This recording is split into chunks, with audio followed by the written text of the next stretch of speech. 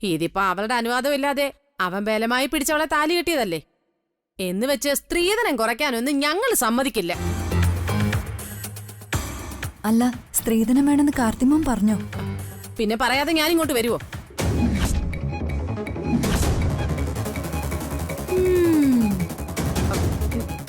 ഞാനും അവനും കൂടി സംയുക്തമായിട്ട് എടുത്തൊരു തീരുമാനമാണ് സ്ത്രീധനം ചോദിച്ച് വാങ്ങിക്കണമെന്നുള്ളത്. സ്ത്രീധനം വാങ്ങിക്കുന്നതും കൊടുക്കുന്നതും നിയമവിരുദ്ധമാണെന്നും കുറ്റകരമാണെന്നും സാവിത്രിക്ക് അറിഞ്ഞൂടേടി? നിയമോ? ഏത് നിയമം? നിയമോ നീതിപാലകരും ഒക്കെ പോയി പണി നോക്കാൻ പറ. ഒരു നിയമം. സാവിത്രി നന്നായി ആലോചനയാണോ ഈ പറയുന്നത്? ആലോചിച്ച് തന്നെയാ സംസാരിക്കുന്നത്. എന്റെ മകന് അവൻ കെട്ടിയ പെണ്ണിന്റെ വീട്ടുകാരിന്ന് സ്ത്രീധനം കിട്ടണം, കിട്ടിയേ പറ്റൂ. സ്ത്രീധനം തരാൻ സൗകര്യം ഇല്ലെങ്കിലോ?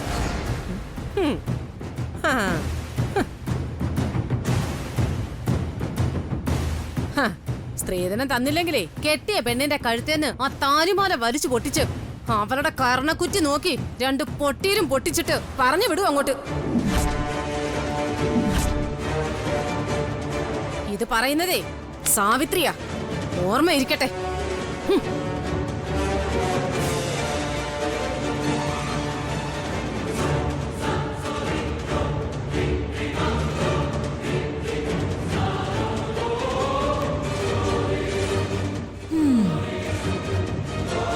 കൊള്ളാം,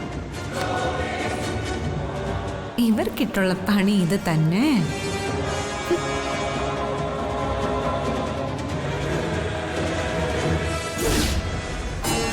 എന്താ അമ്മ വേണ്ടത്?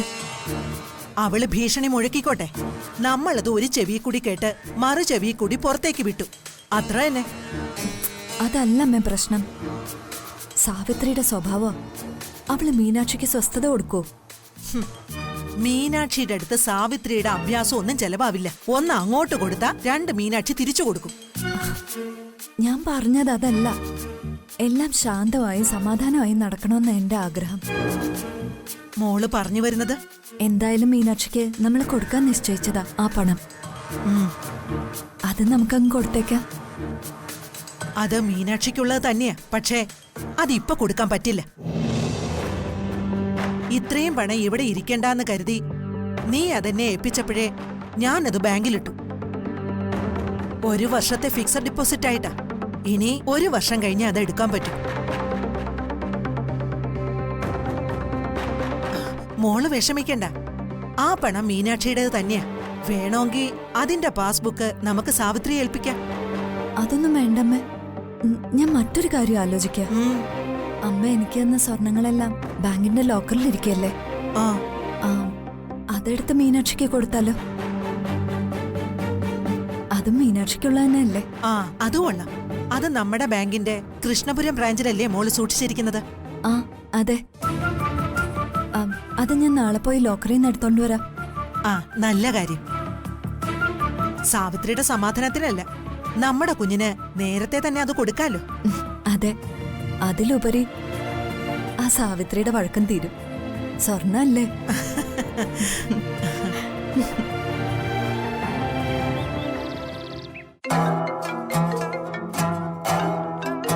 സാവിത്രിയ, എന്തോ ഒരു ഗുഡ് ന്യൂസ് ഉണ്ടല്ലോ. ഹലോ സാവിത്രി. ഇന്ദ്രജെ, ഒരു നല്ല കാര്യം പറയാനാ ഞാനിപ്പോ വിളിച്ചത്. നല്ല കാര്യോ? പറ സാവിത്രി. ചെമ്പകമംഗലത്തുകാരുടെ മാനസപുത്രി നാളെ പുറത്തേക്കൊന്ന് ഇറങ്ങുന്നുണ്ട്. അവൾ എന്തിനിറങ്ങുക? ഒന്ന് വിശദമായിട്ട് പറ സാവിത്രി. അവൾ ഇറങ്ങുന്നത് പണ്ട് അമ്മ അവൾക്ക് കൊടുത്ത പരമ്പരാഗത സ്വർണങ്ങൾ ബാങ്കിലെ ലോക്കറിൽ നിന്ന് എടുക്കാനാ. അതെന്തിനാ ഇപ്പൊ ബാങ്കിൽ നിന്ന് എടുത്തിട്ട്? അതെടുക്കുന്നത് മീനാക്ഷിക്ക് കൊടുക്കാനായിരിക്കും. പക്ഷേ സ്വർണ്ണാഭരണങ്ങളുടെ ഏക അവകാശി വാസ്തവത്തിൽ ഈ ഞാനല്ലേ? അതിന്റെ അവകാശി വാസ്തവത്തിൽ എന്റെ അനുജത്തി മാധുരിയ. അതവിടെ നിൽക്കട്ടെ. അതിന്റെ അവകാശി സാവിത്രി തന്നെയാ. അതിരിക്കട്ടെ, ഏത് ബാങ്കിലേക്ക് എപ്പോഴാ അവള് പോകുന്നത്?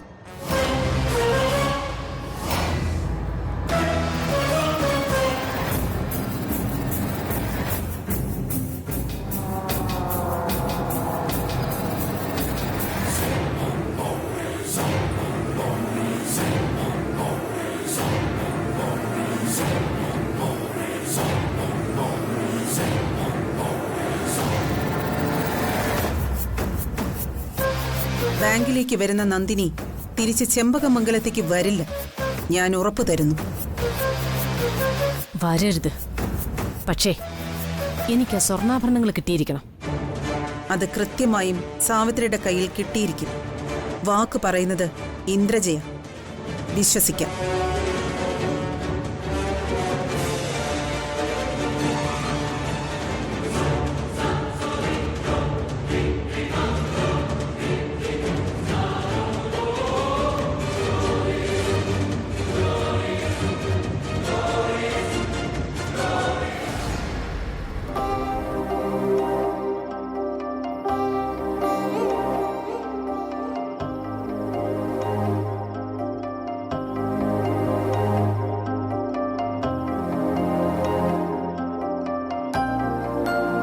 എന്താ മോളെ ആലോചിച്ചോണ്ടിരിക്കുന്നേ? ഒന്നുമില്ലമ്മ. ഞാൻ വന്നതേ വേറൊരു കാര്യം പറയാനാ. എന്താ അമ്മ? എന്തായാലും നമുക്ക് നാളെ തന്നെ ബാങ്കിൽ പോണം. സ്വർണം ഇങ്ങനെ വെച്ചോണ്ടിരിക്കുന്നത് ശരിയല്ല. നമുക്ക് 3 പേർക്കും കൂടി ഒരുമിച്ചൊന്ന് പുറത്തു പോകാനും പറ്റില്ല. സ്വർണം നമുക്ക് നാളെ തന്നെ ബാങ്ക് ലോക്കറിൽ കൊണ്ടുവന്ന് വെക്കാമേ. അത് വേണോ? എന്നാ ശരി മോളെ, എന്നാ രാവിലെ തന്നെ നമുക്കങ്ങ് പോവാം.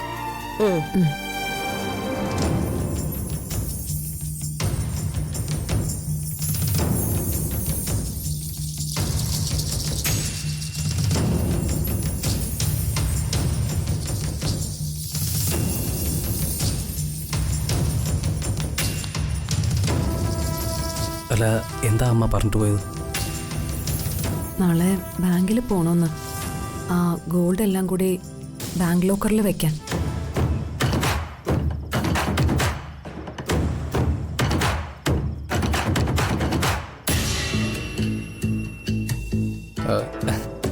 അതെ മൈഥിലി, ഞാൻ വീണ്ടും നിന്നോട് പറയുക, എടീ ആ സ്വർണ്ണമായിട്ട് നമുക്കങ്ങ് മുങ്ങാം.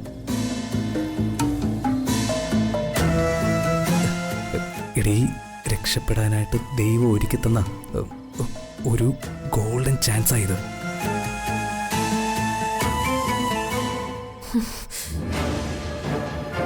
ഇതേ ദൈവം ഒരുക്കി തന്ന വഴിയൊന്നും അല്ല, നിന്റെ ഉള്ളിലെ ചെകുത്താൻ ഒരുക്കുന്ന വഴികളാ. മൈഥിലി, നമ്മളിവിടെ പെട്ടിരിക്കുക. ഇവിടെ നിന്ന് രക്ഷപ്പെടണമെങ്കിൽ എടീ ഈ ഒരു മാർഗ്ഗേ ഉള്ളൂ. ഞാനേ വിശ്വാസവഞ്ചനയൊന്നും കാണിക്കില്ല. എന്റെ മൈഥിലി, നീ അല്പം നേരത്തേക്ക് നിന്റെ മനസാക്ഷി ഒന്ന് മാറ്റിവെക്കി. അഭയം തന്ന ആ പാവ അമ്മയെ ചതിക്കാനൊന്നും എന്നെ കിട്ടില്ല. ആ മണ്ടൻ കാർത്തിക്കിനോട് നീ ചെയ്തതിനേക്കാൾ വലിയ ചതിയൊന്നും അല്ലല്ലോ ഇത്.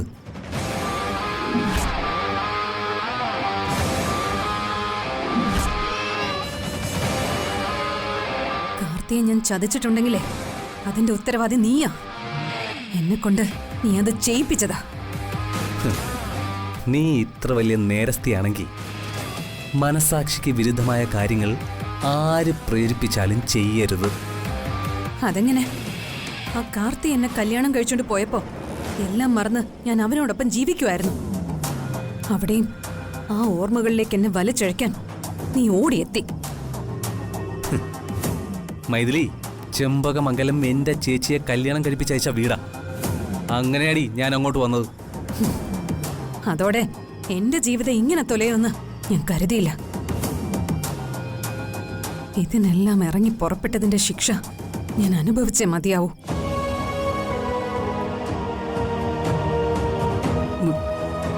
നീ ഇങ്ങനെ സങ്കടപ്പെടാൻ മാത്രം ഞാനൊന്നും പറഞ്ഞില്ലല്ലോ. എല്ലാം എനിക്ക് മനസ്സിലാവുന്നുണ്ടടാ. നിനക്കിപ്പോ ഞാനൊരു ഭാരമാവുക. മൈഥിലി, എനിക്കറിയാം ഇതൊന്നും വേണ്ടായിരുന്നു. മറ്റുള്ളവരുടെ മുമ്പിൽ ഞാൻ ഇത്രയും കൊള്ളരുതാത്തവളായത് നീ ഒരാളോട് മാത്രമുള്ള സ്നേഹം കൊണ്ടാ. ആ സ്നേഹത്തിനൊന്നും ഒരർത്ഥവും ഇല്ലെന്ന് എനിക്കിപ്പോ ബോധ്യപ്പെടുക. നീ എന്തായി പറഞ്ഞു വരുന്നേ? മനക്കരുത്തുള്ള ആണുങ്ങളോടൊപ്പം ജീവിച്ചാലേ ഒരു സ്ത്രീയുടെ ജീവിതം സുരക്ഷിതാവൂ. അവനെ സത്യവും നീതിയും ഉള്ളവനായിരിക്കുകയും വേണം. സ്വന്തമായി അധ്വാനിക്കാനും നേരായി 10 രൂപ ഉണ്ടാക്കാനും അറിയില്ല. എങ്ങനെയും മറ്റുള്ളവരെ പറ്റിച്ച് ജീവിക്കണം, ആ ഒരു വിചാരേ ഉള്ളൂ. നീ എന്താടി അങ്ങ് വെട്ടി വെട്ടി കേറുകയാണോ? എന്റെ സങ്കടങ്ങൾ ഞാൻ പറഞ്ഞതാ. ഇതെനിക്ക് കിട്ടണം. ഇതിന് ഞാൻ 100% അർഹയാ. ഇപ്പോ ഞാൻ നിനക്ക് കൊള്ളൂലാത്തവനായല്ലടി. കൊള്ളരുതാത്തവളായി മാറിയത് ഞാനാ.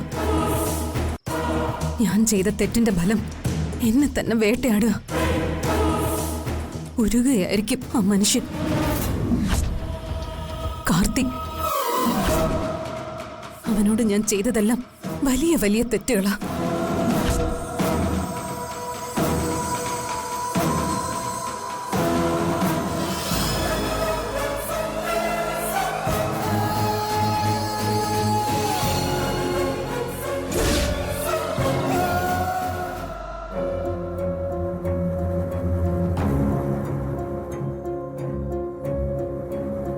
നിക്ക്, എനിക്ക് നിന്നോടൊരു കാര്യം പറയാനുണ്ടായിരുന്നു. പെട്ടെന്ന് നടന്ന കല്യാണം ആയതുകൊണ്ട് നിങ്ങൾക്കൊന്നും തരാൻ പറ്റിയില്ല. അതുകൊണ്ട് ബാങ്കിലെ ലോക്കറിലിരിക്കുന്ന സ്വർണ്ണം എടുത്ത് നിങ്ങൾക്ക് തരാമെന്ന് വിചാരിച്ചു. അതെടുക്കാൻ വേണ്ടി നന്ദിനി ഇപ്പൊ ബാങ്കിലേക്ക് പോവുക. ഇതൊക്കെ എന്നോടെന്തിനു പറയണം? പിന്നെ നിന്നോടല്ലേ പറയേണ്ടത്? എനിക്ക് സ്വർണം വേണമെന്ന് ഞാൻ നിങ്ങളോട് ആവശ്യപ്പെട്ടിട്ടില്ല. നീ ആവശ്യപ്പെട്ടില്ലായിരിക്കും, പക്ഷേ എന്റെ കൊച്ചുമോൾക്ക് കൊടുക്കാനുള്ളത് എനിക്ക് കൊടുത്തല്ലേ പറ്റൂ. നിങ്ങൾ കൊടുക്കുകയോ വാങ്ങുകയോ ഒക്കെ ചെയ്തോ, അതൊക്കെ നിങ്ങളുടെ പ്രശ്നം. ഇതൊക്കെ എന്നോട് പറയേണ്ട ആവശ്യമില്ല. ഓ, നിന്നോട് സംസാരിക്കാൻ പോലും പറ്റില്ലായിരിക്കും. വെറുതെ സംസാരിക്കുന്ന എന്തിനാ? ഞാൻ പോയിട്ട് വരട്ടെ അമ്മ. ശരി മോളെ, എല്ലാം വളരെ സൂക്ഷിച്ചു വേണം.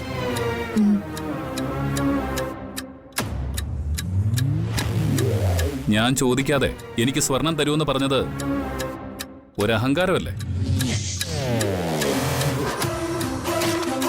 ആ സ്വർണം എത്തരത്തിലുള്ളതാണെന്നും അതിന്റെ മൂല്യം എന്താണെന്നും എനിക്കറിയണം.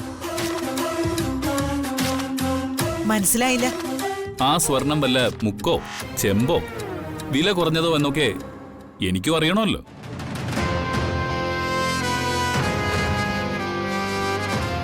ഞങ്ങള് മീനാക്ഷിക്ക് ആ സ്വർണം കൊടുക്കുമ്പോ നിനക്ക് വാങ്ങി അത് പരിശോധിക്കാലോ. അത് വേണ്ട. ബാങ്ക് ലോക്കറിൽ നിന്ന് സ്വർണം എടുക്കുമ്പോ എന്റെ പ്രതിനിധിയായി എന്റെ അമ്മയും കൂടെ വരും. അയ്യോ, എനിക്കൊന്നും പോകാൻ പറ്റില്ല. ദേ, ഇതിനൊന്നും വെറുതെ എന്നെ നിർബന്ധിക്കല്ലേ കാർത്തി. അമ്മയ്ക്ക് ഇവിടെ മലമറിക്കുന്ന പണിയൊന്നുമില്ലല്ലോ. അമ്മ കൂടെ പോണം. മോനെ എങ്ങനെയെങ്കിലും എന്നെ ഒഴിവാക്കിത്താ. പറ്റില്ല, അമ്മ കൂടെ പോണം. അമ്മ കൂടെ പോയാലേ അത് 916 സ്വർണം തന്നെയാണോ എന്ന് നമുക്ക് തിരിച്ചറിയാൻ പറ്റും. അല്ല, അത് അമ്മ വരും. നീ കൂടി നന്ദിനിയോടൊപ്പം ചെല്ലെ. നിന്റെ മകന് വിശ്വാസമാവട്ടെ. ശരി, ഞാൻ വരാം.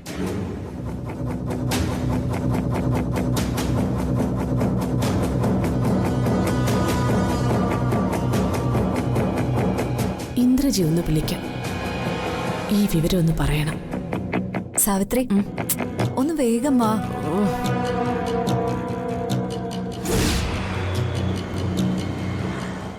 പുതിയ ലോക്കർ ഓപ്പൺ ചെയ്യാനാണോ? അതെ. അക്കൗണ്ട് ആരുടെ പേരില? എന്റെ പേരില്ല സാറേ. ഈ ഫോം ഒന്ന് ഫില്ല് ചെയ്ത് തരണം. ഇതാ മോളെ. വരൂ അമ്മ.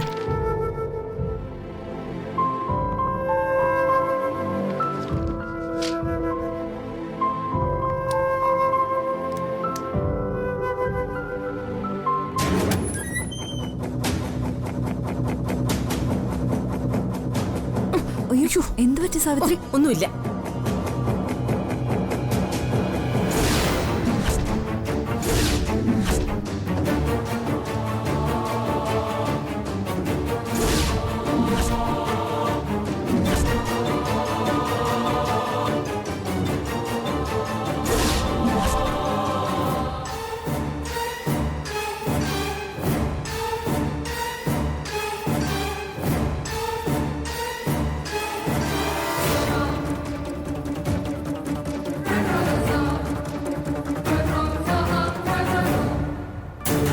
ദൈവമേ, ചതിച്ചു.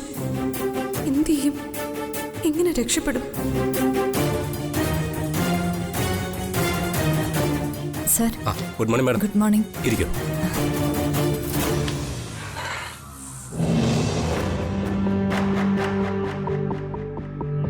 പറയൂ മാഡം, എന്താ ഇപ്പോ? ലോക്കറിൽ നിന്ന് ഗോൾഡ് എടുക്കാൻ വന്നേ സർ. ലോക്കറിന്റെ കീ മറന്നിട്ടില്ലല്ലോ? ഇല്ല, കൊണ്ടുവന്നിട്ടുണ്ട്. ഇത് ഫില്ല് ചെയ്യും മാഡം, എന്നിട്ട് സൈൻ ചെയ്യണം.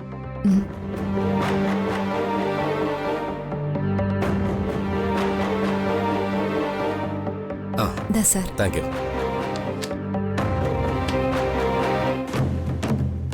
ആ ഓക്കെ. അതെ, ലോക്കറി ഇരിക്കുന്ന സ്വർണ്ണം എടുത്താൽ മാത്രം പോരാ, അതൊന്ന് തൂക്കി നോക്കി ബോധ്യപ്പെടണം. അതെന്തിന്? ഈ ലോക്കർ ഞങ്ങൾ വിചാരിച്ച മാത്രം തുറക്കാൻ പറ്റില്ല. നിങ്ങളുടെയും ഞങ്ങളുടെയും താക്കോൽ വേണം, എന്നാലേ അത് തുറക്കൂ. നിങ്ങൾ കൊണ്ടുവച്ച ഗോൾഡ് അതേപോലെ ഇവിടുത്തെ ലോക്കറിലുണ്ടാവും. ഒന്ന് വെയിറ്റ് ചെയ്യൂ, ഇപ്പൊ വിളിക്കാം. ശരി, വാ.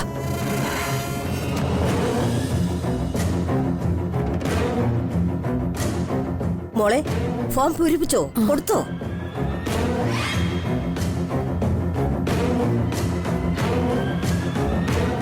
മോളെ, മോക്ക് ഈ ബാങ്ക് ഇടപാടുകളൊന്നും നടത്തി വലിയ പരിചയമില്ലല്ലേ? നിങ്ങൾ ആരാ തള്ളേ എന്നോട് കുശലം പറയേ? ദേ, ഞാൻ ആരാണെന്നറിയോ? ലോഹിത്തിന് വന്നിരിക്കുന്നു.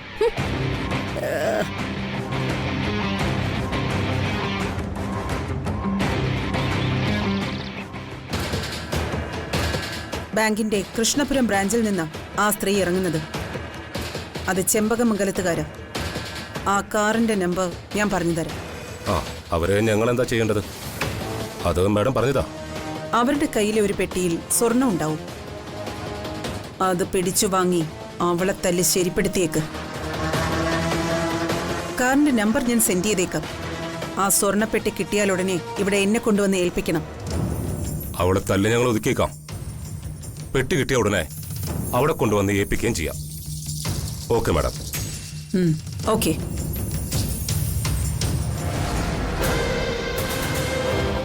ഒന്ന് നിന്നേ.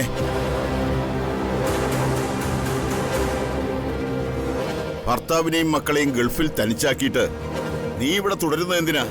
അധോലോക റാണിയാകാനാണോ? അച്ഛൻ എന്താ ഉദ്ദേശിക്കുന്നത്? നിന്റെ ഉദ്ദേശം എന്താണെന്ന് അച്ഛനെന്ന നിലയ്ക്ക് എനിക്കറിയാൻ ബാധ്യതയുണ്ട്. ഞാൻ ചില ലക്ഷ്യങ്ങളുമായിട്ടാ ഇങ്ങോട്ട് വന്നിരിക്കുന്നെന്ന കാര്യം അച്ഛനറിയാലോ. നിന്റെ ലക്ഷ്യങ്ങൾ എന്തൊക്കെയാണെന്ന് വളരെ വ്യക്തമായിട്ട് എനിക്കറിയാം. അതിൽ നിന്ന് പിന്തിരിയണമെന്ന് പല പ്രാവശ്യമായി നിന്നോട് ഞാൻ പറഞ്ഞിട്ടുമുണ്ട്. ചെമ്പകമംഗലത്തുകാർ എന്റെ നിത്യശത്രുക്കളാ. അവർ നിന്റെ നിത്യശത്രുക്കളും ബദ്ധശത്രുക്കളുമൊക്കെ ആകാൻ അവർ എന്ത് തെറ്റാ നിന്നോട് ചെയ്തത്? മഹാ അപരാധങ്ങൾ എന്തെങ്കിലും അവർ ചെയ്തോ? ജനാർദ്ദന കൈമള് കഴിഞ്ഞാലേ ആ തറവാട്ടിലെ അടുത്ത കാരണവർ നിന്റെ സ്വന്തം ചേട്ടനാണ്. കാർത്തിയും മീനാക്ഷിയും നിന്റെ രക്തബന്ധമുള്ള നിന്റെ സഹോദരങ്ങളുടെ മക്കളാ. ഒരാൾ രാമഭദ്രന്റെയും അടുത്തയാൾ മാധുരിയുടെയും. ആ കുടുംബത്തിലെ പ്രധാന അംഗങ്ങളാണവർ. നീ നശിപ്പിക്കാൻ ഒരുങ്ങുന്നത് നിന്റെ മക്കളെ പോലെയുള്ളവരെയാ. എന്റെ അനിയത്തിയെ കൊന്നവരോട് ഞാൻ ഒരിക്കലും മാപ്പ് കൊടുക്കില്ല. നിന്റെ അനുജത്തിയെ ആരും കൊന്നിട്ടില്ല. എന്റെ മകൾ ആക്സിഡന്റിൽ മരിച്ചതാ. നിന്റെ അനുജത്തിയോടുള്ള പ്രേമം കാരണം സ്വന്തം ഭാര്യയെ ഉപേക്ഷിച്ചവനാ ജയരാമൻ. 19 കൊല്ലത്തോളം മാധുരിയോടൊപ്പം ജീവിച്ച ജയരാമൻ മാധുരിയെ കൊല്ലുമെന്നൊക്കെ പറഞ്ഞാൽ അരിയാഹാരം കഴിക്കുന്ന ആരും വിശ്വസിക്കില്ല. മാധുരി മരിക്കാൻ കാരണക്കാര് ചെമ്പകമംഗലത്തെ 3 പേരാ. രാജലക്ഷ്മി അമ്മയും നന്ദിനിയും ജയരാമനും. ഈ 3 പേരെയും ഇന്ദ്രജ വെറുതെ വിടില്ല. നീ അവരെ 3 പേരെയും ഒരു ചുക്കും ചെയ്യില്ല. മാധുരി മരിച്ചതിന്റെ വൈരാഗ്യത്തെക്കാൾ ഉപരി ഞാനതിൽ കാണുന്നത് നിനക്ക് അവളോടുള്ള ഈഗോയാണ്. ഗൾഫ് നാടുകളിൽ പോയി കുറെ കാശുണ്ടാക്കിയതിന്റെ പേരിൽ നിനക്കൊരു മിഥ്യാധാരണയുണ്ട്. നീ ഏതാണ്ടൊക്കെയോ ആണെന്ന്, ലോകം നിന്റെ കാൽ കീഴിലാണെന്ന്. ഒന്നുമില്ല മോളെ, നമ്മളെല്ലാവരും കടപ്പെട്ടിരിക്കുന്നത് ഒരു മരണത്തോടാണ്. ഒരു 5 മിനിറ്റിനപ്പുറത്തേക്ക് നീയും ഞാനും ജീവിച്ചിരിക്കുമെന്ന് നമുക്ക് ഉറപ്പു പറയാൻ പറ്റുമോ? അച്ഛന്റെ തത്വശാസ്ത്രങ്ങളൊന്നും എനിക്ക് കേൾക്കണ്ട. ദൈവത്തെ വരെ വെല്ലുവിളിക്കുകയും യുദ്ധത്തിന് ക്ഷണിക്കുകയും ചെയ്യുന്ന നിനക്ക് അച്ഛനായ ഞാൻ ഒന്നുമല്ല എന്ന് എനിക്കറിയാം. എന്നാലും ഞാനൊരു അച്ഛനായി പോയില്ലേ. മക്കൾ നെഞ്ചിലിട്ട് തൊഴിച്ചാലും മരണം വരെ അവരോട് വാത്സല്യമുണ്ടാവും മാതാപിതാക്കൾക്ക്. എന്റെ മകളായ നീ മത്സരിക്കാൻ തുടങ്ങിയത് എന്റെ പ്രിയപ്പെട്ടവരോടാ. അതിനീ അച്ഛന് സങ്കടമുണ്ട്, അത് പറഞ്ഞെന്നു മാത്രം.